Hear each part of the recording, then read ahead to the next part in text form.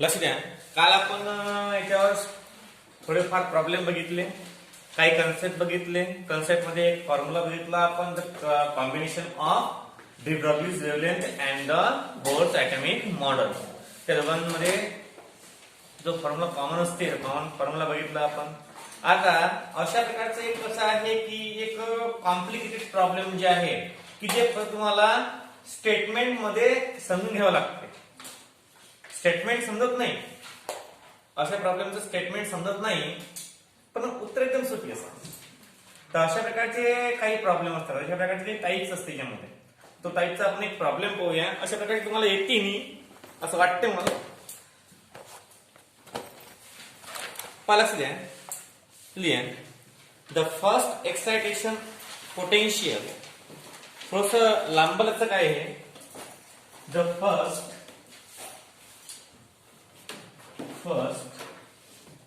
excitation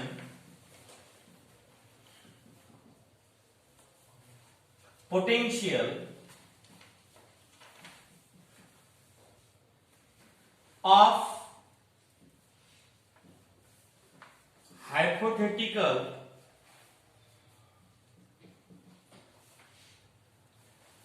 hydrogen like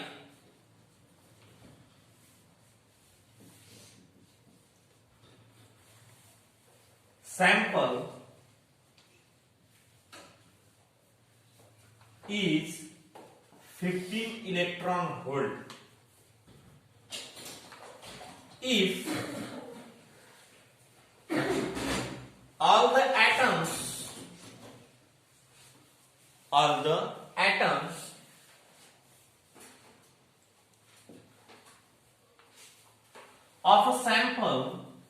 of a sample are in second excited state,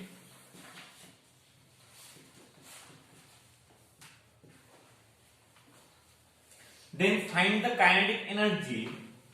Then find the Ke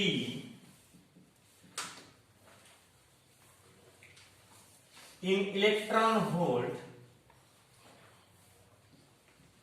of the electron ejected म्हणजे remove होते. काय होते? Remove. ejected if a photon of energy 65/9 electron volt is supplied to this sample.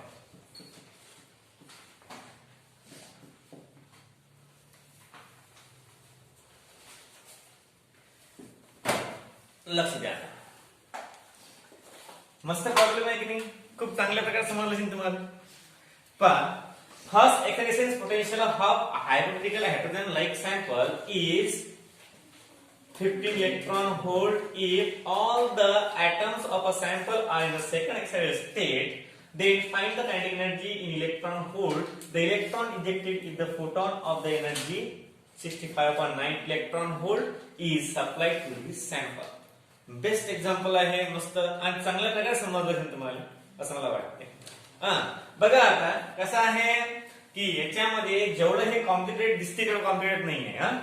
एकदम easy formula use करायला लागते आणि एकदम easy काढून घ्यायला लागते. तुम्हाला माहित आहे की समजा आता ग्राउंड स्टेटवर आहे एलिमेंट, तर ग्राउंड स्टेटवर सॅम्पलची n इक्वल टू 1 असते है ना. आणि नंतर एक्साइटेड स्टेट मध्ये गेला समजा पहिला, दुसरा, तिसरा एक्साइटेड स्टेट, तर n equal to 2, n equal to 3. तर आता तुम्हाला एकदम स्पष्ट सांगतो तुम्ही की याच्यामध्ये हा इलेक्ट्रॉन इथं आला, त्याची एनर्जी जी असते ते असते 13.6.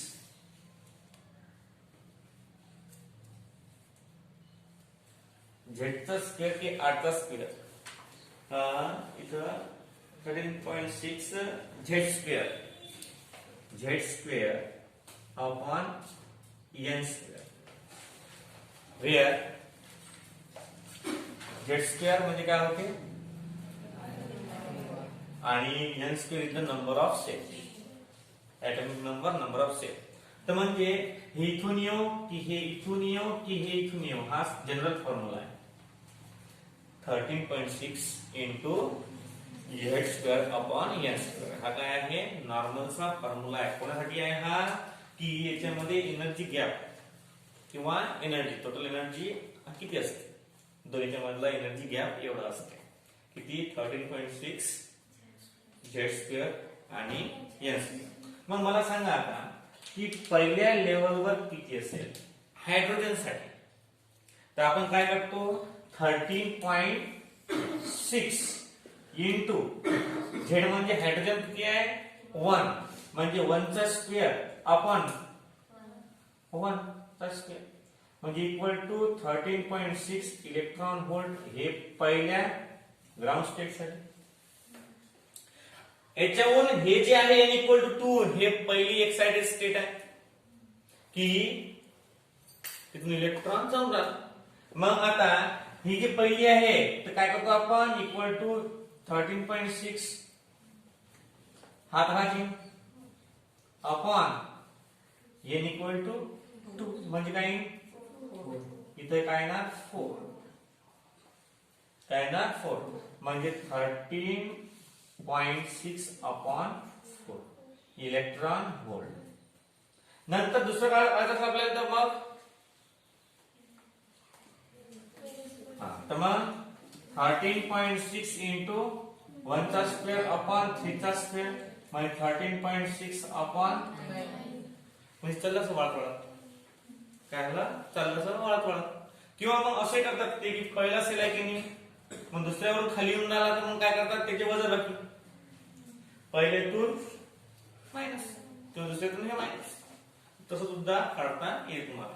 तर या फॉर्म्युल्यावर फक्त लक्ष ठेवायचं की काय हा कोणता फॉर्म्युला दिला नाही वाटते हा इथं झेडचा स्क्वेअर अपॉन एनचा स्क्वेअर हा फॉर्म्युला एनर्जी जर एखाद्या आपल्याला स्पेसिफिक लाईनची काढायची असेल किंवा स्टेटची काढायची असेल तर हा फॉर्म्युला यूज केला जातो. आता बघा इथं काय दिलेलं आहे first excitation potential of the hydrogen atom like simple is electron volt म्हणजे पहिली किती आहे दोघांमधली 15 नंतर of the electron sorry sample of the second excited state formula कसा येईल आपला एनर्जी किती लागणार लिहिले 15 इलेक्ट्रॉन व्होल्ट कशा मधली आहे ते सेकंड एक्साइटेड स्टेट आणि फर्स्ट एक्साइटेड स्टेट याच्यामधला डिफरन्स. आणि हा लक्षात ठेवायचं हा जो फॉर्म्युला वापरतो आपण हा मायनस मध्ये असतो कहू इलेक्ट्रॉन वरून खाली गेला ना म्हणजे काय येईल मायनस काय ना minus according to the graphical method which is used by the Lawrence in the atomic structure of the some element की ज्या ते लॉरेन्स या शास्त्रज्ञानं ते मेथड काढली होती त्यावेळेस ज्या वेळेस एक्साइटेड स्टेट कडे जाते एटम त्यावेळेस जी लागते एनर्जी ते पॉझिटिव्ह एनर्जी असते आणि ज्यावेळेस खाली येते त्यावेळेस ते साइन आपण निगेटिव्ह घेतलं पाहिजे हा नियम होता कोणाचा लॉरेन्सना 1794 साली हा नियम काढला होता. त्या नियमानुसार त्याला नोबेल प्राइज सुद्धा भेटलं होतं 17 किती 92 अरे बाबा 4 रे 2 नवीनच ना आज ना 4 1794 याच्यामध्ये लॉरेन्सने काढला होता. मग आता एनर्जी गॅप काढा घेतले काय काढा की एनर्जी गॅप. मग एनर्जी गॅप मध्ये पहिल्यामध्ये काय ना मायनस ग्राउंड स्टेट घ्यायचं. ग्राउंड स्टेट काय आहे सांगा बरं 13.6 Z square minus N square चालते आणि minus in bracket minus 13.6 Z square upon N square. आता तुम्ही पहिले कोणता घेतला याच्यावर डिपेंड आहे लक्ष द्या. पहिले यांनी 2 घेतला, कारण इलेक्ट्रॉन करून मला 2 वरून 1 घेऊन आला. तर मग काय घेतलं, यांची व्हॅल्यू ठेवून द्या. -13.6 z² अपॉन 2 चा स्क्वेअर किती ना, किती लिहू इथं 2 चा स्क्वेअर डायरेक्ट 4 लिहू काय, 4 minus minus minus plus 13.6 z² upon 1 म्हणजे फक्त z² अपॉन 1 लिहायची गरज नाहीये. आता 13.6 z² 13.6 z² कॉमन काढा. 13.6 z² in bracket -1 upon 4 plus 1 आहे ना 1 आणि ब्रॅकेट कंप्लीट. मग काय ना 13.6 z² in bracket -1 आहे का -1 plus 4 upon 4 म्हणजे equal to 13.6 z² into 3 upon 4 म्हणजे किती सांगा बरं, ते किती ना, ते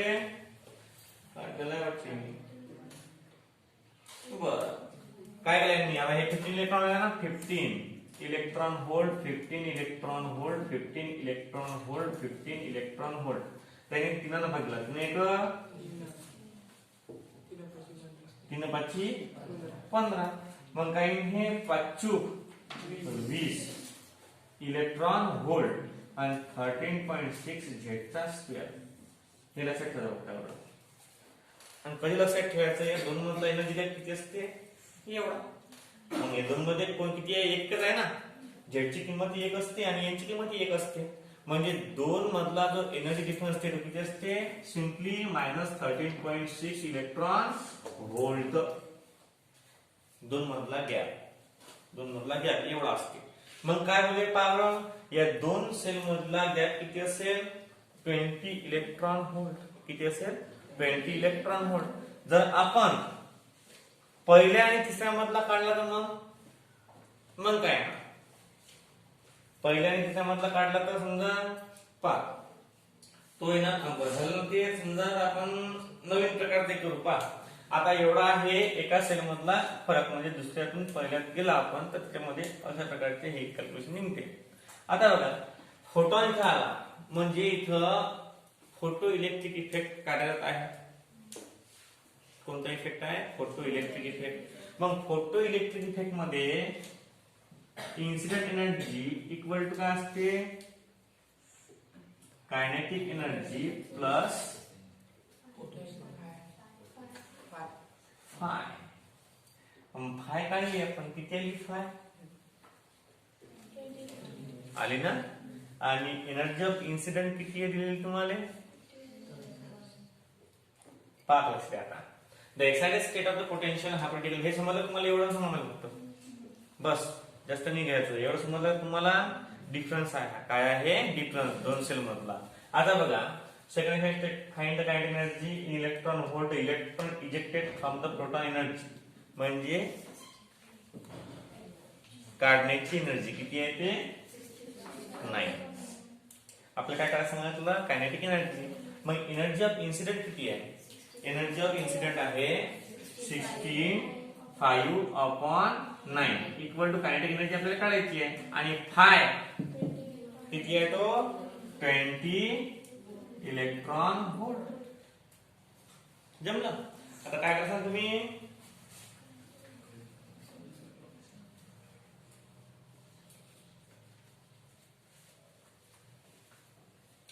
काय करता तुम्ही आता,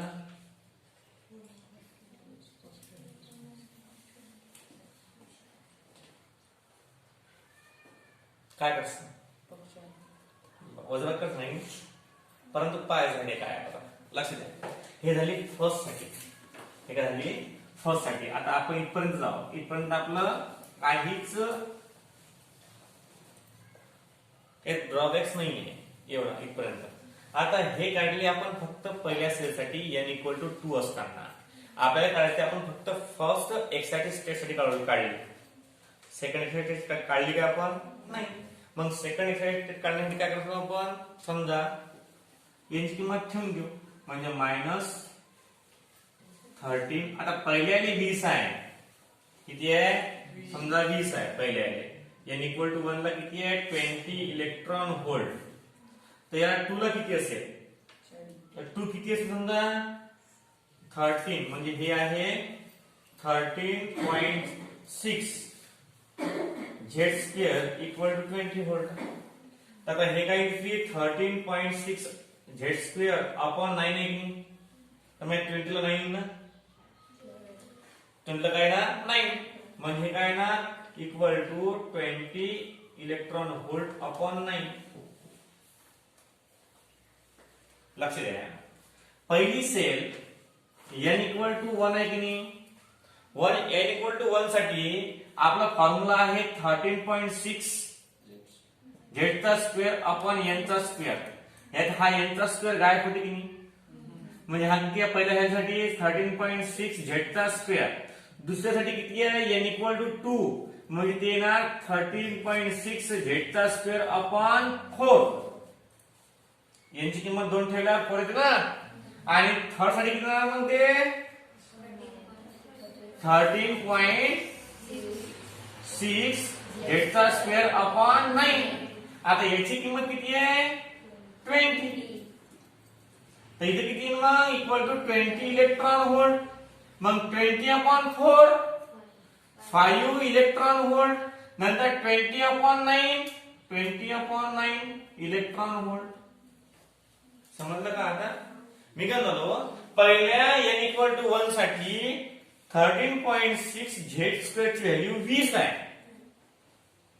तर याला आपण dividing by 4 on both side, का बरं फॉर्म्युल्यामध्ये 4 आहे म्हणून याही साइडने डिवाइड केलं, याही साइडने डिवाइड केलं.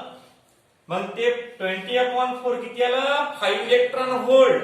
नंतर आपण काय केलं याला 9 न, म्हणजे n स्क्वेअर म्हणजे 3 चा स्क्वेअर 9 न डिवाइड केलं, तर या 20 नंतर काय करायला लागेल 9 न डिवाइड करायला लागेल. आणि हे झाली आपली सेकंड स्टेटची एक्साइटेड स्टेटची एनर्जी. मग काय होईल, आता फॉर्म्युला यूज करायचा तुम्हाला, E I energy of incident equal to 5 plus kinetic energy. मग ई आय किती आहे 65 अपॉन 9 इक्वल टू 5 किती काढला आपण 20 अपॉन 9 आणि प्लस के. हे बी इलेक्ट्रॉन व्होल्ट आहे, हे बी इलेक्ट्रॉन व्होल्ट आहे, ते करायची गरज नाही आहे. म्हणजे 16 upon 9 minus 20 upon 9 equal to kinetic energy. Therefore 45 upon 9 equal to kinetic energy आणि 5 electron volt equal to kinetic energy. It is the proper answer of this question. हे झालं प्रॉपर आन्सर या क्वेश्चनचं. लक्ष द्या, आता अशा प्रकारचा प्रॉब्लेम आहे. याच्यामध्ये काही फॉल्ट आहे तुम्हाला पहिल्यांदा डायग्राम मध्ये पहा काही फॉल्ट आहे का. पहिल्यामध्ये हा जो फॉर्म्युला आहे हा फॉर्म्युला समजायला पाहिजे कोणता 13.6 झेड चा स्क्वेअर अपॉन n चा स्क्वेअर. मग जेवढी फर्स्ट साठी निघीन यांची किंमत ठेवल्यावर त्याच्यापेक्षा किती पट अपॉन 4. सेकंड साठी 3 साठी अपॉन 9 असं लक्षात ठेवायचं. पहिले किती आहे 20 आहे की नाही, तर 20 अपॉन 4 5 20 अपॉन 9 म्हणजे स्क्वेअर न काय करायचं, ज्या नंबरची लाईन आहे त्याच्या स्क्वेअर न डिवाइड करायचं. काय करायचं डिवाइड. हे काय लिहू लक्ष द्या. अशा प्रकारचे जंप होतात त्यासाठी एक फॉर्म्युला आहे स्पेक्ट्रल लाईनचा. आता फॉर्म्युला कोणता आहे पहा, हेडिंग टाका calculation of number of spectral line. Calculations of number of spectral line.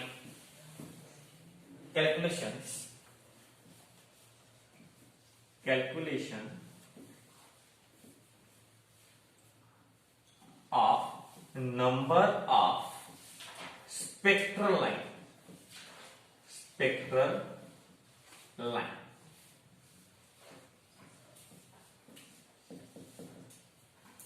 Clear? Maximum number of, पहला point maximum number of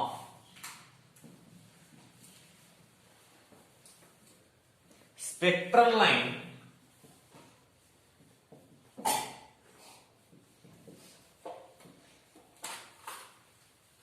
emitted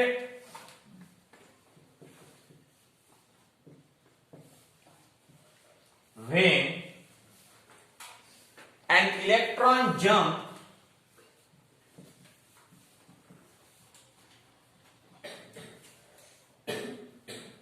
from higher level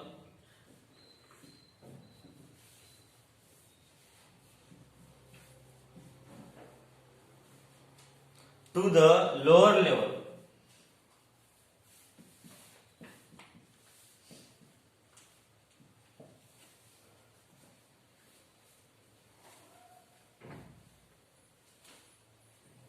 आता हायर लेवल घेतली आपण समजा N2 आणि लोअर लेवल घेतली आपण N1 म्हणजे कोणती असो N2 इक्वल टू 5 असू शकते N2 इक्वल टू 4 असू शकते N1 इक्वल टू 1 असू शकते N1 इक्वल टू 2 असू शकते. हायर लेवल लोअर लेवल जवळ समजते ना आपल्याला इकडून कुठे येऊन राहिला तर आता मग काय सांगा बरं फॉर्म्युला याचा तुम्हाला कसं माहिती लिहा N2 minus N1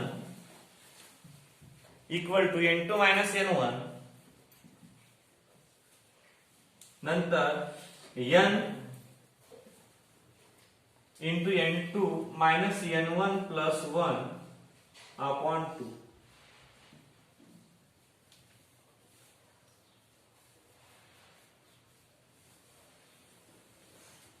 आता आपण जे 5 लाईन पाहिल्या त्यात हायर लाईन्स किती होती हायर मग N2 इक्वल टू काय येणार 5 आणि N1 इक्वल टू 1 आपण ज्याला डायग्राम पाहिली ती त्या डायग्राम मध्ये हायर लेवल कोणती होती 5 आणि लोअर लेवल कोणती होती 1 ठेवायचं काय ना 5 minus 1 नंतर in bracket 5 minus 1 plus 1 upon 2 मग काय ना 4 into 5 upon 2 equal to 10 म्हणजे आपण 10 स्पेक्ट्रल लाईन याद्वारे काढू शकतो. Put the value get the answer. समजा मग 8 असतील N2 equal to 8 आणि N1 equal to 1 put the value get the answer. काय सांग बरं 8 minus 1 किंवा इथे मग आपण 3 घेऊ 3 नंतर 8 minus 3 plus 1 upon 2 5 into 6 upon 2 5 3 म्हणजे 15 लाईन्स 15 स्पेक्ट्रल लाईन्स प्रेझेंट असतील कुठं मॅक्झिमम म्हटलं बरं मॅक्झिमम 15च्या पलीकडे राहू शकत नाही मॅक्झिमम 15 लाईन्स. मग तुम्ही किती येऊ शकता मग तो इलेक्ट्रॉन तिकून जम्प होईल इकून जम्प होईल तिकून जम्प होईल. तर हे झालं एकदम सॉफ्ट म्हणजे एकदम सिंपल फॉर्म्युला आहे तयार केलेला आहे हा एकदम सिंपल फॉर्म्युला आहे. याच्यामुळे तुम्ही मॅक्झिमम स्पेक्ट्रम लाईन काढू शकता. तुम्हाला formula how many spectrum line present when the atom is excited to the 5th level from the first. मग तुम्ही काय म्हणता फॉर्म्युला वापरता डायरेक्ट उत्तर.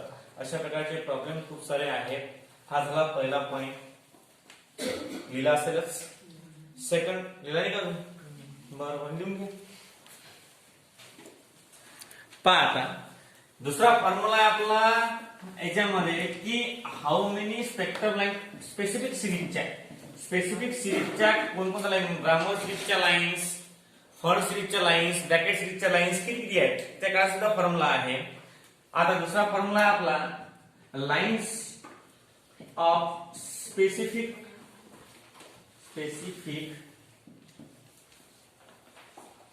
Series equal to N2 minus ground state of that series. Ground state of that series.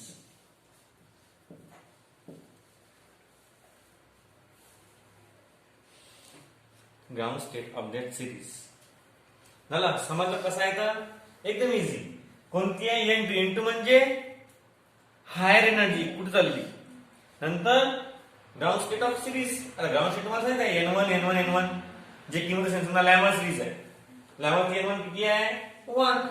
तर मग 5 - 1 4. म्हणजे त्याच्यामध्ये जो आपण पहिले डायग्राम काढली होती त्याच्यामध्ये 4 लॅमरचे म्हणजे लाईन्स वेक्टर लाईन प्रेझेंट असतील. नंतर n ची किंमत 2 ठेवा. 2 ठेवल्याबरोबर ग्रामर व्हिजिबल रिजनचा आहे म्हणजे 5 - 2 किती देईन 3 लाईन्स ऑफ ब्राह्मण. नंतर तुम्हाला विचारलं मी ब्रॅकेटची लोअर लिमिट किती आहे ग्राउंड स्टेट n = 4 म्हणजे 5 - 1.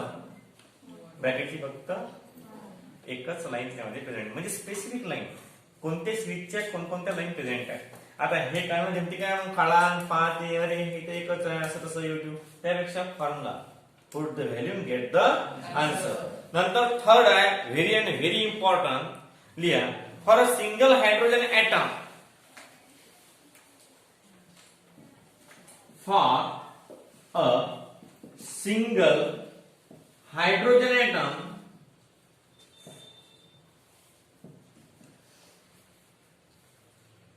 maximum possible lines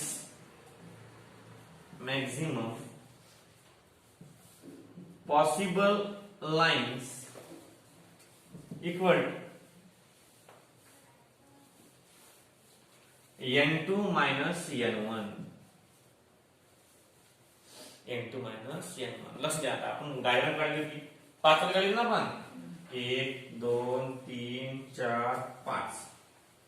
n = 1, n = 2, n = 3, n = 4 आणि n = 5.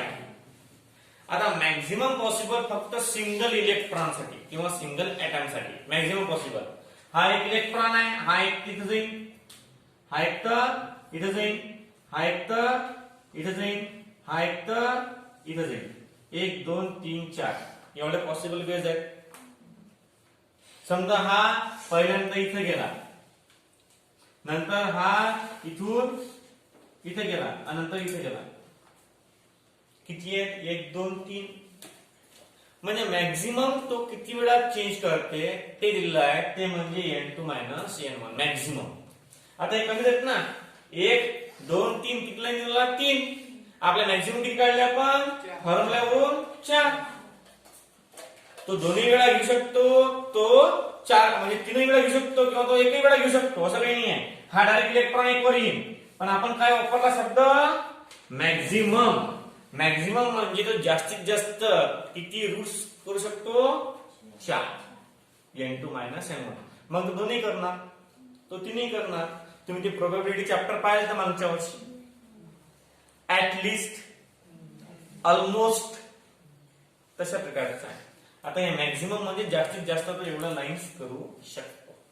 अशा प्रकारचे 3 कन्सेप्ट खूप महत्वाचे आहेत. पहिला तर खूप चांगला आहे मला पहिला भल्ला पडला. कोण काढत बसून ते खुरखुर फॅक्ट N2 किंमत 5 N1 किंमत 1 आलो उत्तर 10 लाईन्स.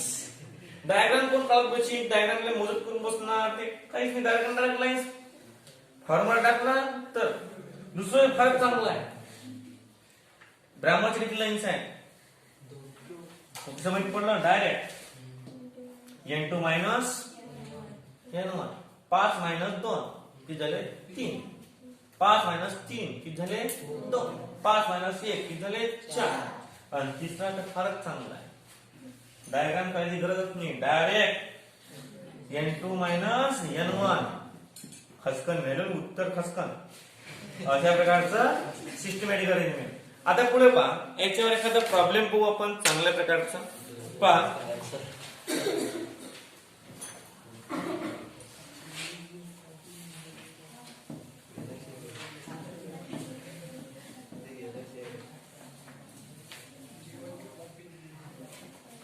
पहा hydrogen atom in their ground state.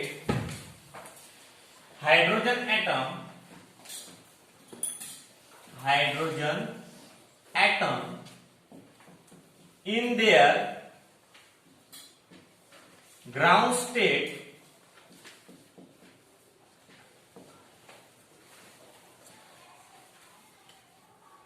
are excited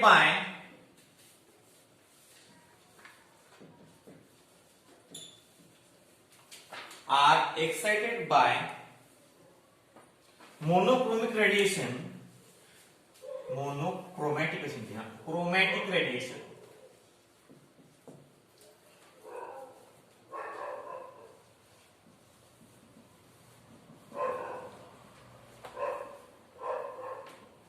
of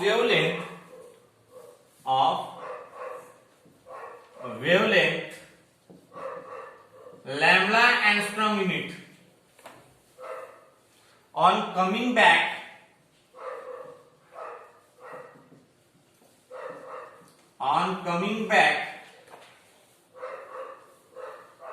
to the ground state, to a ground state,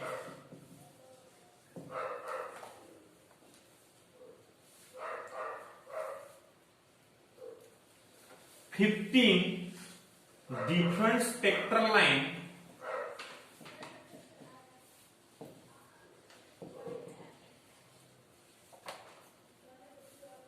were observed.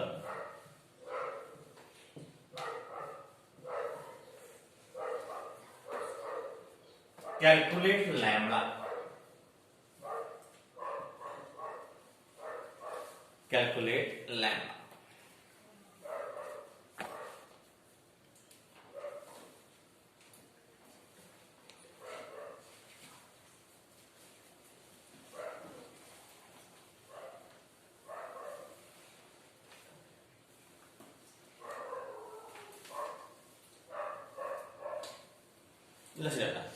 Hydrogen atom in their ground state are emitted by the ground state म्हणजे n equal to 1.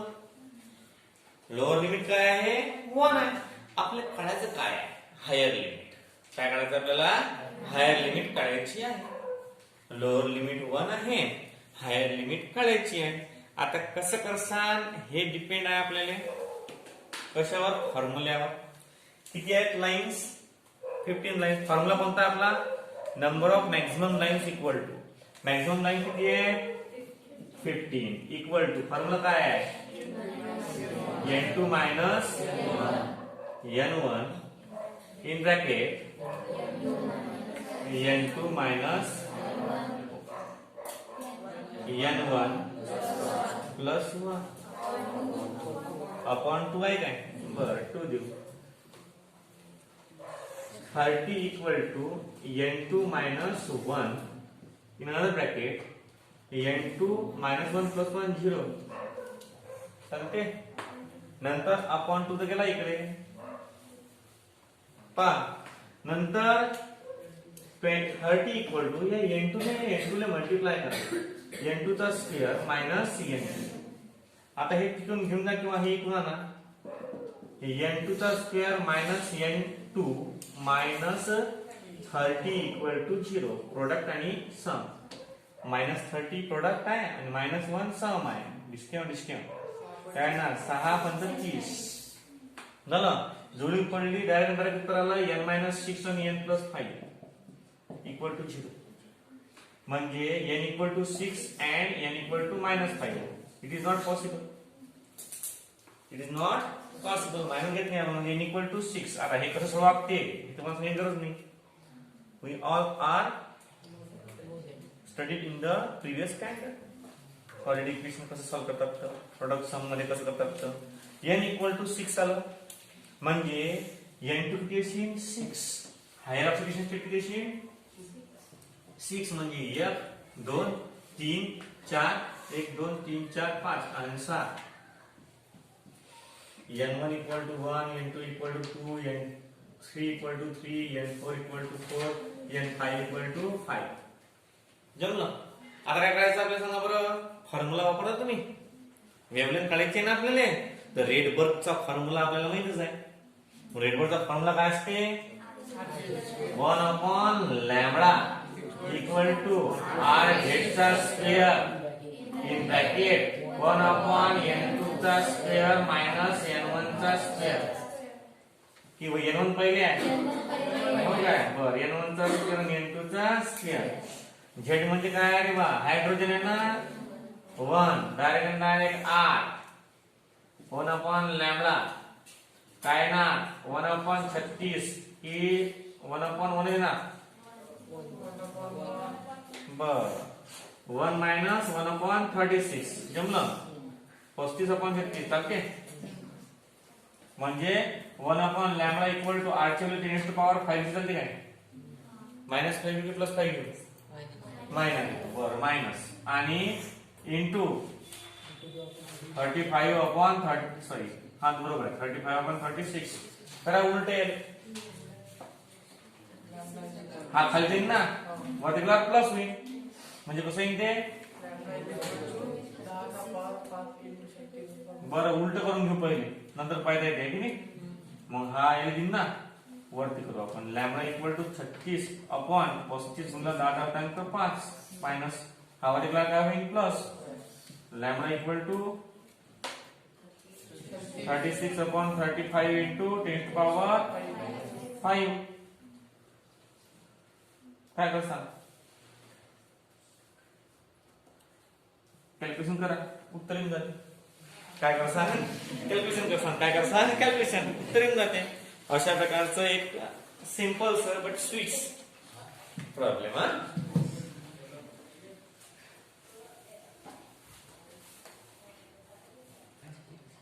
आता अशा प्रकारचा आहे त्याच्यानंतरचा जो part आहे तो आपण पुढच्या लेक्चर मध्ये पाहूया.